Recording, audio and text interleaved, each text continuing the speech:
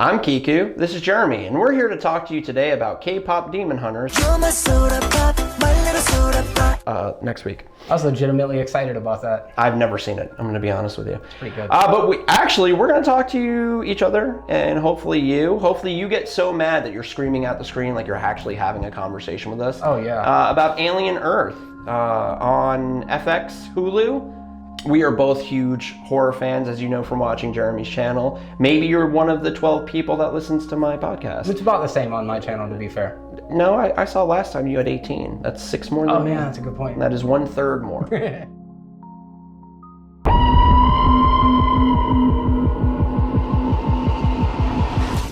I know you're a much bigger Alien fan than I am. I'm more the Predator guy. Which is cool, because I think we'll be like circling back to this conversation from the other perspective. Yes, 100% in November. Yeah. In November, yes. So when I was in 8th grade, my teacher, Miss Chinry, she was our advanced art class teacher, and she showed us 2 movies. One being Jaws. Fire, you son of a...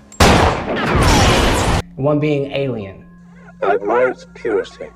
In the 8th grade? In the 8th grade. We had to get a little consent form signed. So when people ask me what my favorite movies are, it's Jaws and Alien, because they're the first movies that I ever really, I feel like saw for what they were, instead of just kind of like watched on the surface. All I got out of that was that I went to the wrong school in the 8th grade. I remember going and seeing Alien 3 at Mariner Mall, which was a local like mall here in Pensacola. It had a dollar theater. I think it came out in '92, so I was 10. My mom took us to go see Alien 3. It was very gory, a much different movie than the first 2. Yeah. I loved it. And ever since then, I've really enjoyed pretty much all of the franchise. We have varying degrees of appreciation for the AVP movies, I think is fair to say. Fair. Yeah, Fair. As in I think they stink and Chris likes them. No, at least the first one. The first one is passable. You told me it was your favorite movie before we started recording. You really need to stop putting my business out on the internet. No, AVP is passable, and as a father who enjoys sharing science fiction and horror with his son who's sitting off camera. Hi. It's one of the few movies that you can have, well, it's the only movie really that I think people wouldn't call me out for being a bad parent that has the Predator and the xenomorphs in it, you know, and honestly, it struck such a tone with my kid that he dressed up like the Predator for last Halloween, where I found like a full-blown kid's Predator costume on Etsy. Awesome. And this year he's going to do it again because the costume was a little bit big.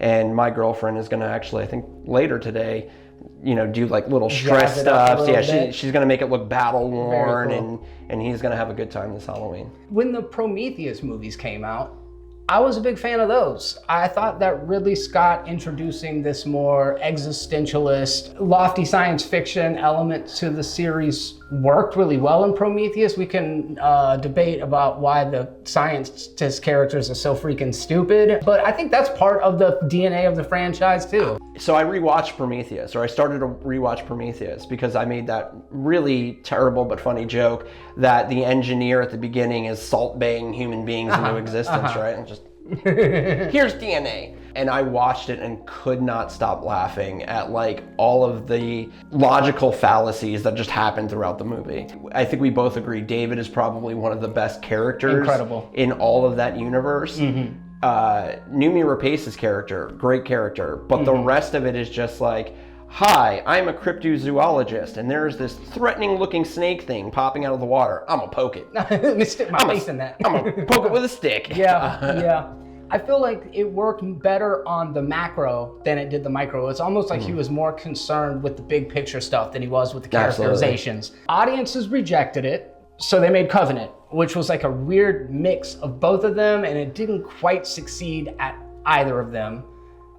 Then Romulus came out, and Romulus was Disney's apology, right? It was like, we're sorry for trying to make you guys think, here's what you want, and here's a lot of the things that you like. And to be honest, I enjoy Romulus pretty good. I was deeply offended by them using the Ian Holm deepfake. Like, it almost ruined the movie for me. Sure. Romulus to me is just like, hey, we put this together. It's an alien movie. This is what you like. And it wasn't a bad movie, but also it didn't like set the world on fire.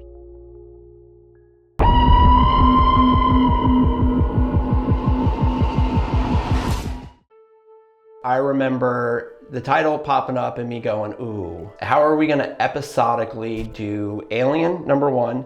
Number two, do I want to sit through, and at the time they didn't have the episode count. And I think when you see something come out on streaming, you're like, it's going to be between 6 and 12 episodes.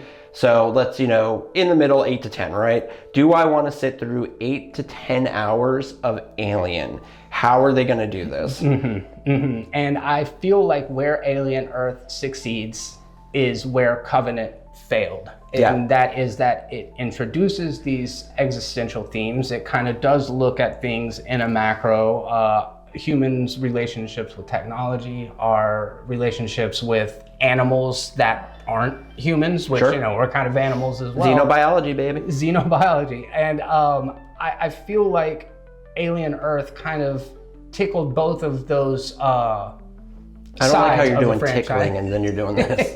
Alien Earth is smart without like abandoning the alienish, you know? From the trailer of Alien Earth, right? When you see the ship like hurtling towards Earth, I really thought it was going to be a different type of show than we got. Yeah, to that, I feel like the premise that one would immediately think is, okay, this ship's going to crash land. The aliens are going to burst out of it.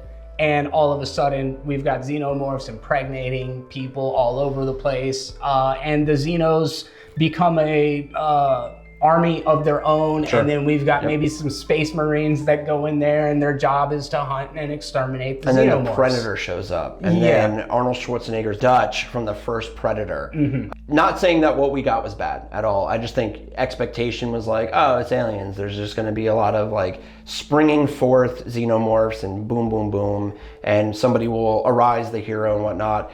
But instead we got what was essentially 80% of a Blade Runner TV show and 20% what was an Alien show. And it was a really interesting mix because once they crash land, the show really focuses on Boy Cavalier, the boy genius, creating synthetics that are known as hybrids, which are human consciousness thrown into a synthetic body. So not just human consciousness, to get granular on this, they took the consciousness from terminally ill children that were basically sold into this program or offered as experiments to these people by their parents. So we've got pre-adolescent, maybe adolescent children being put into adult bodies, and then like what does that turn into? That's where I think what you were talking about, the existentialism starts coming into play, where they start asking questions like, what does it mean to be human? What is life just in general, right? And that's kind of tied into also the xenobiology about how they all live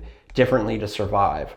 And that's where the show really gets Blade Runner, right? Because Blade Runner was always about what makes consciousness, what makes life. That was really interesting. And I think if you go into it expecting aliens, really wanting aliens, you're probably going to get let down because there's a lot of that and a little bit of what makes Alien Alien. And that's weird for somebody who is such a big fan of the franchise because I don't know how you reconcile those two things in a really fulfilling way. And I think what they did here by introducing us to different species of aliens and letting the xenomorph play a role in it, but probably not the role that you're thinking of, in a way, it kind of changes or recontextualizes the word alien in the first place. Now we're not referring to just the xenomorph. We're talking about, I would think, the other alien species, but then maybe even the hybrids, maybe even the synthetics, maybe the cyborgs, because all these corporations are in an arm race to basically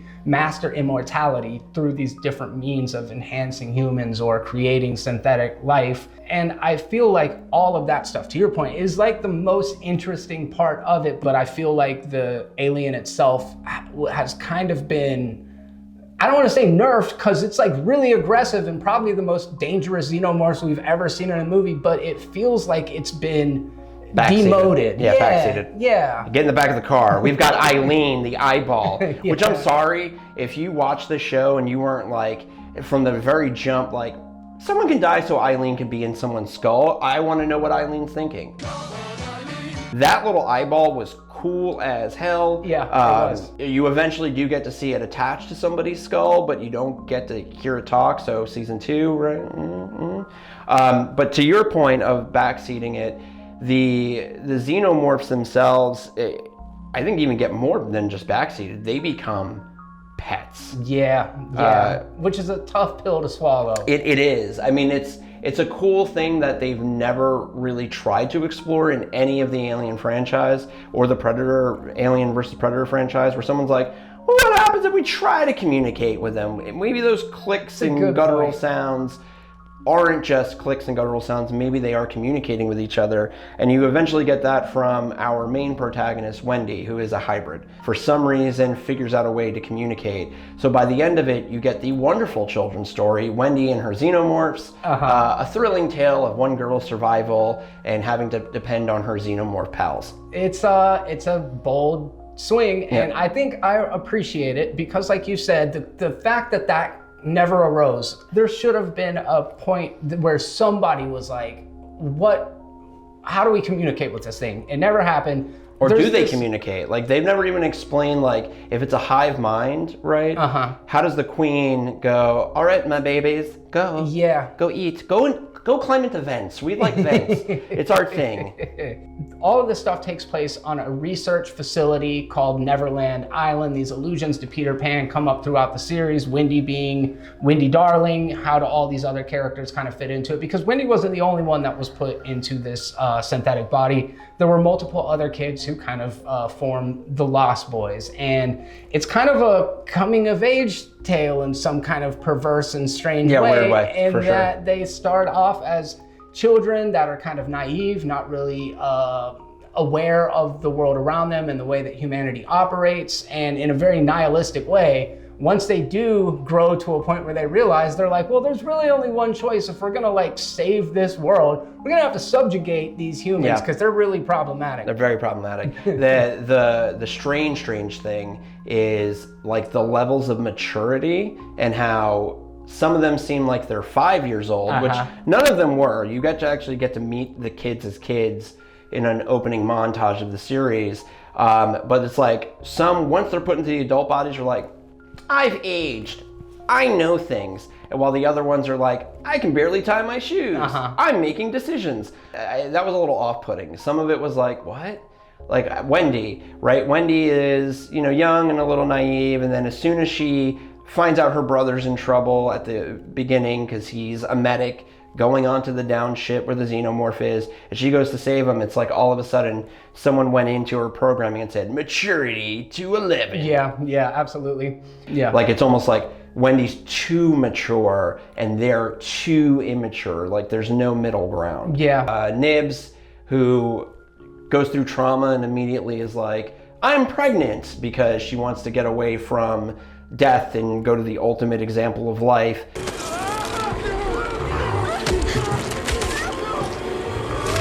Slightly and Nibs were probably the standouts to me because they were forced to confront something that kind of separated them from the others, whether it was Morrow manipulating or, as you said, Nibs going through that traumatic experience of seeing Eileen inside the cat head and like exploding out of it and stuff. And trying to get her. I wonder if they could get into a hybrid, but maybe we'll see that in the future. Oh, Eileen? Yeah. Because, I mean, it has a consciousness, but it's not an organic body. We'd have to explore how Eileen attaches and controls, right? Yeah. I think that would be a big thing. Does this hybrid have a brain in the same way a human does? Right. I don't know that we've ever seen that. Can it integrate with it? So I like those characters a lot. I think Timothy Oliphant, so good in this movie. Always so justified to have a role. Oh, that was very good.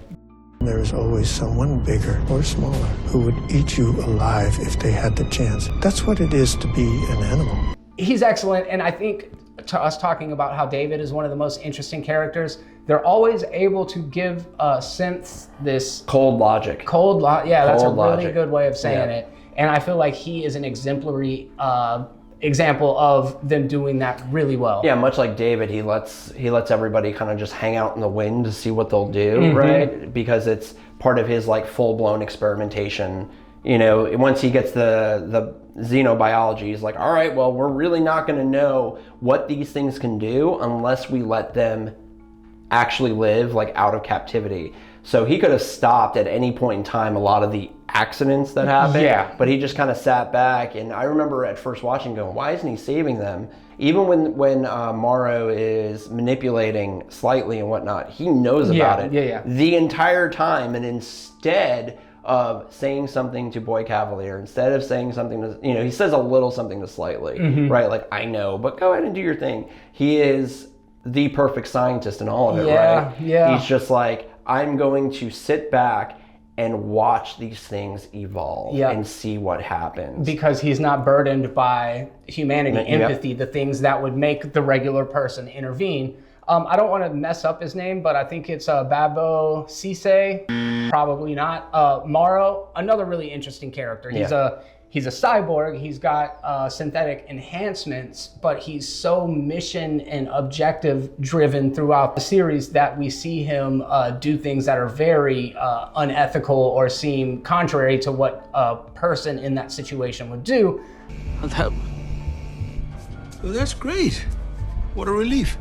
He's gonna help. However, there are moments throughout the series where his humanity shines through. We learn about his daughter. We see that he doesn't really want Hermit to be harmed or whatever, because I think he's formed a kinship with him, because Hermit has this synthetic transplant for a lung. So now they're kind of both in the same cyborg category, right? I like a lot of that stuff. I think probably for me, the standout episode was the one where the Maginot comes down. Military medics go in to this big apartment building. So it's like end of episode 1 and then episode 2. Yeah. I think, and there's this interesting scene where there's a bunch of wealthy elites that are inside. Episode 2.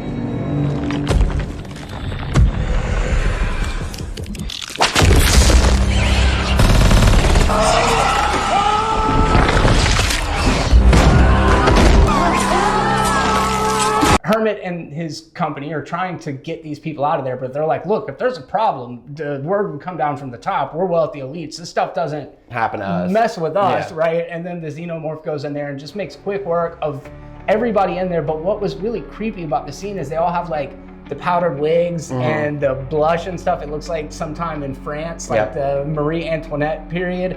And there's this just really striking image where when Hermit goes into the building, you see all these dead people around this big feast and stuff. So there are definitely moments throughout the series where they're playing on social issues and kind of satirizing, if not just some general critique.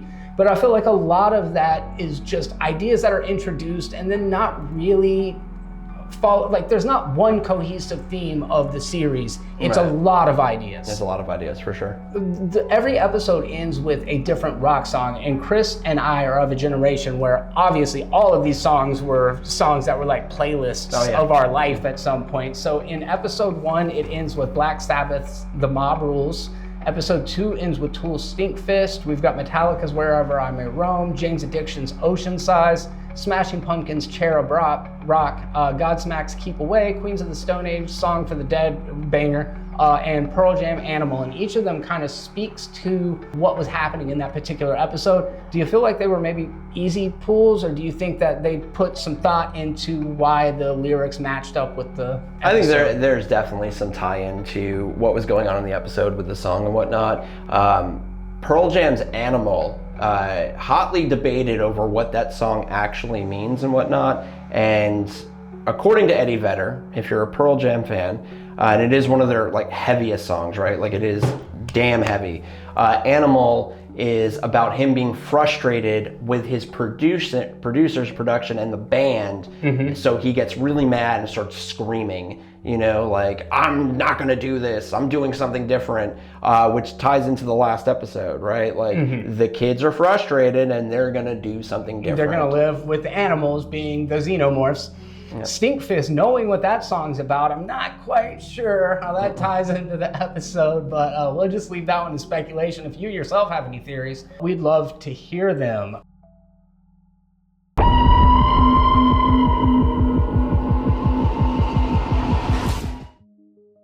So overall impressions, what did you think after 8 episodes of Alien Earth? So this is a series that I really enjoyed. I had high expectations going into it, and it met my expectations. I feel a little let down by the finale. I'm not gonna say it wasn't good. It just didn't give me the closure that I was hoping for. And as of today, I don't think we have confirmation for a season 2, though I'm pretty sure it's gonna happen. Yeah. And I'm intrigued to see where it goes from here. I think it stumbles a little bit in delivering on the alien side of things. It almost as if Noah Hawley, who's a fantastic showrunner, I don't think we brought up his name yet, but he's the guy that did Fargo and Legion, just a really, really great showrunner. I feel like he wanted to make Blade Runner, or he wanted to make Westworld and explore a lot of these things that I think are incredibly fascinating. And then they were like, yeah, but we're gonna need you to do Alien. He's like, oh crap, and just kind of went in and threw some Alien stuff in his draft and was like, here you go. You know what I mean? I like that they used practical effects for the xenomorph. That was cool. That was a nice touch. He's overexposed through a lot of it, meaning that like you get really clear looks at it, where like the first Alien, very obscured, very hidden in shadow for a long time. You don't even know what you're looking at. Through decades of being exposed to this creature, it's not possible to go back to that. So like, fine, might as well show it out in broad daylight, all that stuff. I thought the performances were excellent. I think it's smart and it's heady. As far as an Alien franchise, I don't know where we go from here in order to bring the xenomorph and put him back in the driver's seat. Right. I feel like I enjoyed the season because I'm a huge Blade Runner guy. Yeah. Unabashedly in love with 2049. However, the ending, I wouldn't even say it didn't meet expectations. It definitely wasn't what I was expecting. The just like rebellion with pet xenomorphs. I don't know how I feel about it. I feel like it's gonna be one of those things that if they do get successive seasons, might answer that question, right? Like, oh, okay, they had a plan. That's why they ended it that way. That's where it's going in the future. And now we've seen it, so it makes a lot more sense and I get it. But as of right now, like you, I'm like, okay, like, sure, right, who are we rebelling for? Like, why? Like, okay. But just like you, I thought everybody did a wonderful job on it. It looks really good, but it's not Alien. It's something else with Alien involved. If it was a 1980s like Murder, She Wrote episode, right, you would see the entire cast list and then it would say, and guest starring Xenomorphs. That's what it would be. It's not a bad thing to do, and honestly, how much more of the same Alien thing can you get? Just like you said, you can't hide the alien anymore, right? Like, you can't put it in darkness and cloak it in shadow to bring up that terror and the fear of the unknown. You know what it is, you know what it looks like. So you just might as well throw it out there, and hopefully people get a little terrified with how effective of a killing machine it is. Very effective. Even if some of those scenes were a little goofy. You brought up that dinner table scene, and I was just like, why does it look like a dog jumping for a frisbee? But I digress. I am excited to see more of it and what they do with it, because right now it's piqued interest, right? Like, okay, where are you going with this? What is the overall message? I hope they get to actually finish it, because I'd like to see how it ends. A lot of, in the last 20 years, a lot of these highbrow, highfalutin sci-fi fantasy shows start off really strong, and the message is so thick and deep that they can't get out of the waters of it to make entertainment, and they wind up landing wounded and hobbled at the end of it. Your Game of Thrones, even Westworld, Lost. It all starts off fantastic and draws you in, and you're like, I'm watching something that makes me think. And by the end of it, you have way more questions, and most of it is like, why did you choose to do that? Yeah, I always find, and this is probably pretty pertinent to what we're talking about, that the questions are usually way more engaging than the answers are. Does it feel like it's like buttering us up a little much to artificial intelligence, these kind of projects? Yeah. Like, actually, AI is better than people. But it's also, the hybrids are people, though, for the most part. Yeah. Like, that's also a question, that you're still asking by the end of it. And it's not a question that you're going to answer in a show, right? Like, there's not going to be a definitive, like, yes, the hybrids are people. That is a question that only the viewer in and of themselves can answer that, right? So, if they didn't have the hybrids, and it was more about like Timothy Olyphant's character. Actual synthetics. Right, I'd be like, okay, yeah, they're buttering us up. But I think with this, it's going much more into that vein of, and a lot of other things which are escaping me right now, but I'm sure anyone familiar with sci-fi over the last 50 years is that the only way we're going to evolve towards immortality is if we have a fusion of human and machine, right? Mm-hmm. That's something that is both, can be inspiring, but also terrifying as well. Yeah. How many, cartoons, anime, movies, TV shows have we seen where mechanical beings eventually go, humans are not necessary for the world to proceed forward, and in many ways getting rid of them would help the world proceed forward. So we might get to that point. If you really think about it, the hybrids don't need to eat, they don't really need to manufacture anything because they're so powerful. They don't need tools, they don't need cars, they might need the ships, but they can run just as fast as like a dinky automobile and whatnot.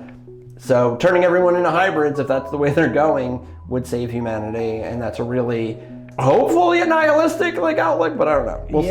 Yeah. So there's another thing that I always get a big kick out of when it comes to shows like The Boys, when it comes to, in particular, Disney Star Wars, when it comes to Alien. There's a number of these revolutionary shows that are produced by corporations. Dumbo was a shining example of this, where it's like a very strong critique against consumerism and capitalism, but packaged and served to you through the very hands that hold us down, But don't get me wrong, I still love it. I still fall for it every time. Every time.